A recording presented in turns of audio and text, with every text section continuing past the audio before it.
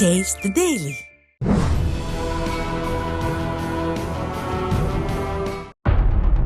பீகார் மாநிலத்திற்கு சிறப்பு அந்தஸ்தெல்லாம் கொடுக்க முடியாது என்று பெரிய நோ சொல்லிவிட்டது மத்திய பாஜக அரசு. இந்த பட்ஜெட்டில் எப்படியாவது தங்கள் மாநிலத்திற்கு சிறப்பு அந்தஸ்தை வாங்கிவிடலாம் என்ற கனவு கோட்டையை தகர்த்துவிட்டது பாஜக. ஐக்கிய ஜனதா தளத்தின் ஆதரவோடு மத்தியில் ஆட்சி இருந்தும் கூட கோரிக்கைக்கு நோ சொல்லிவிட்டதால் சொந்த ஊரில் கொஞ்சம் கொஞ்சமாக மதிப்பை இழந்து வருகிறார் நிதிஷ். இதனை தற்போது மிகப்பெரிய அரசியல் அஸ்திரமாக கையில் எடுத்துக்கொண்டது பீகாரில் உள்ள எதிர்க்கட்சியான ராஷ்டிரிய ஜனதா தளம் கட்சி. என்னதான் மத்திய பட்ஜெட்டில் பீகாரில் திட்டங்களுக்காக நிறைய நிதி ஒதுக்கீடு பெற்று வந்திருக்கிறேன் என்று எடுத்துச் சொன்னாலும் நிதிஷை மக்கள் நம்புவதாக இல்லை.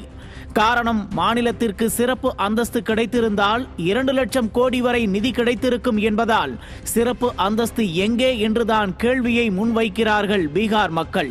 இதற்கு பின்னணியில் எதிர்க்கட்சியான ராஷ்டிரிய ஜனதா தளத்தின் அரசியலும் ஒளிந்திருக்கிறது. மாநிலத்திற்கு சிறப்பு அந்தஸ்து பெறாததை காரணம் காட்டி மாநிலம் முழுக்க நடைப்பயணம் செல்கிறார் எதிர்க்கட்சி தலைவர் தேஜஸ்வி யாதவ். இது போதாது என்று தேர்தல் வியூக வகுப்பாளர் பிரசாந்த் கிஷோரின் ஜன்சுராஜ் பிரச்சாரம் அக்டோபர் 2 கட்சியாக உருவெடுக்க இருக்கிறது. மேலும் 2025ஆம் ஆண்டு கடைசியில் வரப்போகும் பீகார் சட்டமன்ற தேர்தலில் போட்டியிட போகிறார். இது இன்னமும் நிதிஷ்குமாருக்கு கடும் நெருக்கடியை கொடுக்க போகிறது. ஒருபுறம் தேஜஸ்வி யாதவின் நடைப்பயணம், இன்னொரு புறம் பிரசாந்த் கிஷோரின் அரசியல் வருகை, மறுபுறம் பாஜகவின் துரோகம், எல்லாவற்றிற்கும் மேலாக மக்களிடம் எதிர்ப்பு என்று நாலாபுரமும் சுற்றி சுற்றி பஞ்சாயத்தாக இருக்கிறது நிதிஷ்குமாருக்கு. அதே சமயம் மைனாரிட்டி பாஜக அரசுக்கு நிதிஷ் ஆதரவு கொடுத்ததாலேயே தற்போது பாஜக ஆட்சியில் இருக்கிறது.